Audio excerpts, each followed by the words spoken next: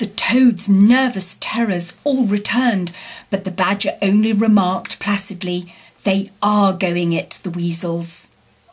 The passage now began to slope upwards. They groped onward a little further, and then the noise broke out again, quite distinct this time, and very close above them.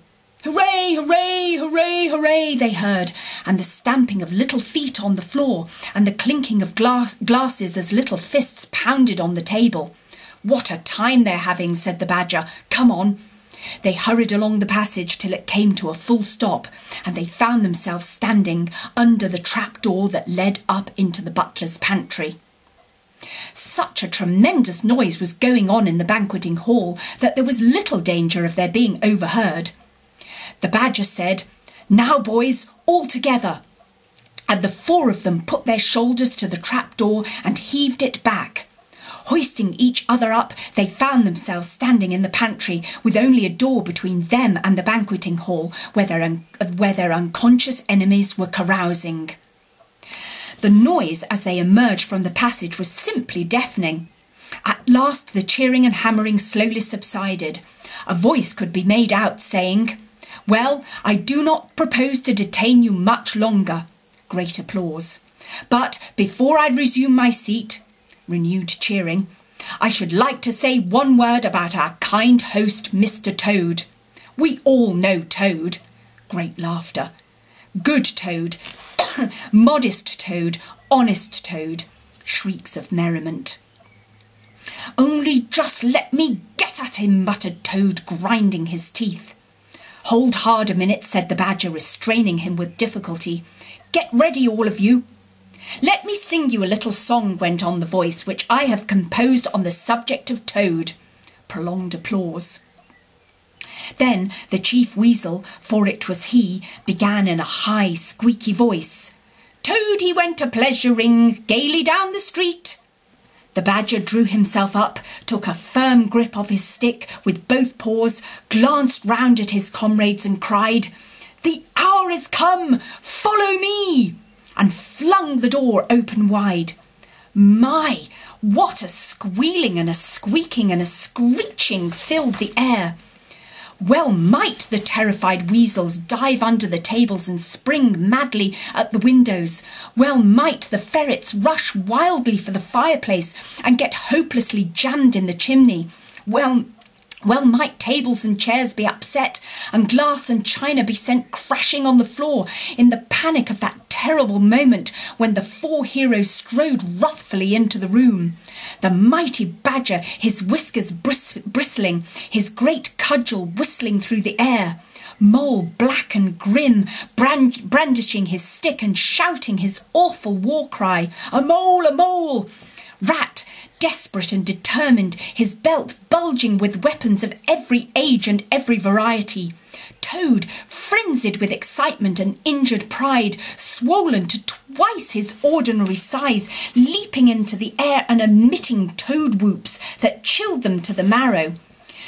Toad he went a-pleasuring, he yelled, "I'll pleasure 'em," and he went straight for the chief weasel. They were but four in all, but to the panic-stricken weasels the hall seemed full of monstrous animals, grey, black, brown and yellow, whooping and flourishing enormous cudgels.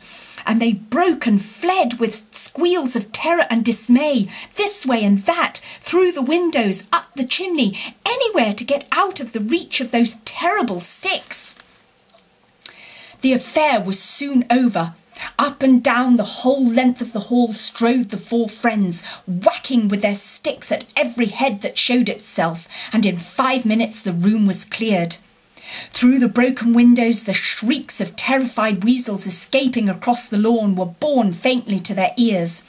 On the floor lay prostrate some dozen or so of the enemy, on whom the mole was busily engaged in fitting handcuffs.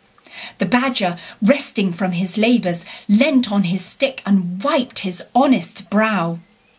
"Mole," he said, "you're the best of fellows. Just cut along outside and look after those stout sentries of yours and see what they're doing. I've an idea that, thanks to you, we shan't have much trouble from them tonight." The mole vanished promptly through a window, and the badger bade the other two set a table on its legs again, pick up knives and forks and plates and glasses from the debris on the floor, and see if they could find materials for a supper.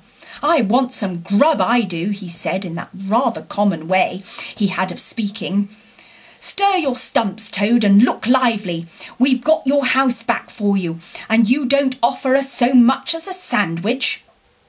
Toad felt rather hurt that the badger didn't say pleasant things to him as he had to the mole, and tell him what a fine fellow he was and how splendidly he had fought. For he was rather particularly pleased with himself and the way he had gone for the chief weasel and sent him flying across the table with one blow of his stick.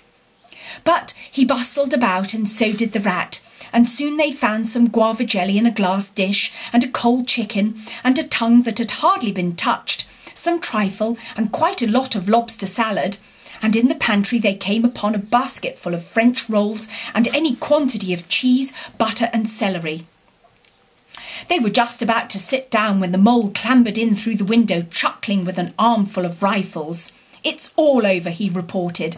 "From what I can make out, as soon as the stoats, who were very nervous and jumpy already, heard the shrieks and yells and the uproar inside the hall, some of them threw down their rifles and fled. The others stood fast for a bit, but when the weasels came rushing out upon them, they thought that they were betrayed, and the stoats grappled with the weasels, and the weasels fought to get away, and they wrestled and wriggled and punched each other and rolled over and over till most of them rolled into the river. They've all disappeared by now, one way or another, and I've got their rifles, so that's all right." "Excellent and deserving animals," said the badger, his mouth full of chicken and trifle.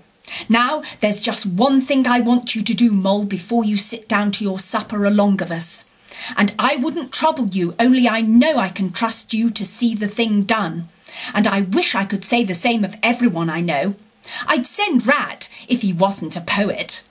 I want you to take those fellows on the floor there upstairs with you and have some bedrooms cleaned out and tidied up and made really comfortable. See that they sweep under the beds and put clean sheets and pillowcases on, and turn down one corner of the bedclothes just as you know it ought to be done. And have a can of hot water and clean towels and fresh cakes of soap put in each room.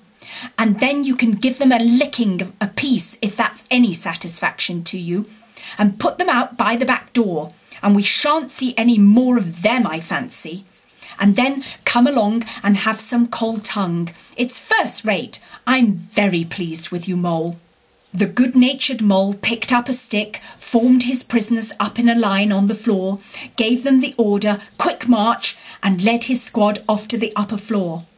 After a time he appeared again, smiling, and said that every room was ready and as clean as a new pin. "And I didn't have to lick them either," he added.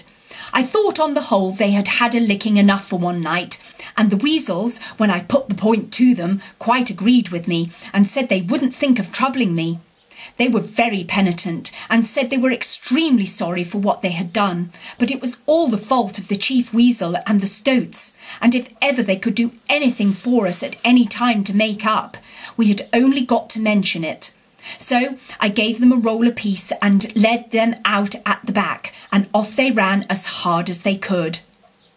Then the Mole pulled up his chair to the table and pitched into the cold tongue, and Toad, like the gentleman he was, put all jealousy from him and said heartily, "Thank you kindly, dear Mole, for all your pains and trouble tonight, and especially for your cleverness this morning." The badger was pleased at that and said, "There spoke my brave Toad." So they finished their supper in great joy and contentment, and presently retired to the rest between clean sheets, safe in Toad's ancestral home, won back by matchless valour, consummate strategy, and a proper handling of sticks. The following morning Toad, who had overslept himself as usual, came down to breakfast disgracefully late, and found on the table a certain quantity of eggshells, some fragments of cold and leathery toast, a coffee pot 3/4 empty, and really very little else, which did not tend to improve his temper, considering that, after all, it was his house. Through the French windows of the breakfast room, he could see the mole and the water rat sitting in wicker chairs out on the lawn, evidently telling each other stories, roaring with laughter and kicking their short legs up in the air. The badger, who was in an armchair and deep in the morning paper, merely looked up and nodded when Toad entered the room. But Toad knew his man, so he sat down and made the best breakfast he could, merely observing to himself that he would get square with the others sooner or later. When he had nearly finished, the badger looked up and remarked rather shortly, "I'm sorry, Toad, but I'm afraid there's a heavy morning's work in front of you. You see, we really ought to have a banquet at once to celebrate this affair. It's expected of you. In fact, it's the rule."